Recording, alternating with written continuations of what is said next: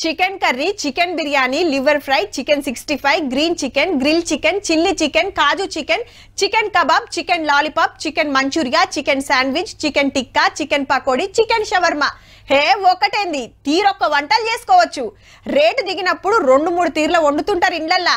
అట్లా హోటల్కి పోతే కూడా ఫస్ట్ చికెన్ దిక్కే చూస్తారు. కానీ ఇప్పుడు రివర్స్ అయిందుల్లో కొనుడు తినుడు తగ్గింది. కాకుంటే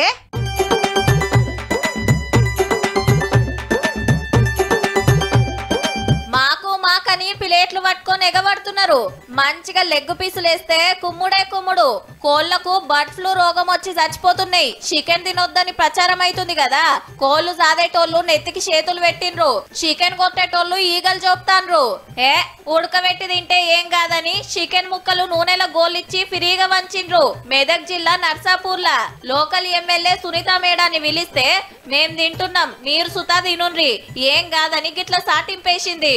గుడ్లు సుతా ఉడకబెట్టి వంచితే మంచిగా గుట్కిలేసిండ్రు.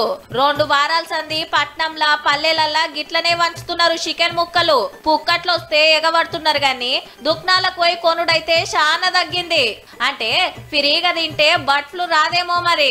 కరోనా టైంలో కూడా కోళ్లు తింటే వైరస్ అంటుతుందని పుకారు పుడితే మటన్ కు గిరాకీ పెరిగింది, చికెన్ షీప్ అయింది. తినుండ్రి ఏం కాదని చికెన్ మేళాలు పెట్టి పుక్కట్ల వంచితే అప్పుడు సుతా గిట్లనే ఎగబడ్డరు. ఏం వైరసో గాని చికెన్ దుకాణాలు చిన్నబోతుంటే ఆయతరం పూట మటన్ దుకాణాల గల్లెలైతే మంచిగానే నిండుతున్నాయి పో.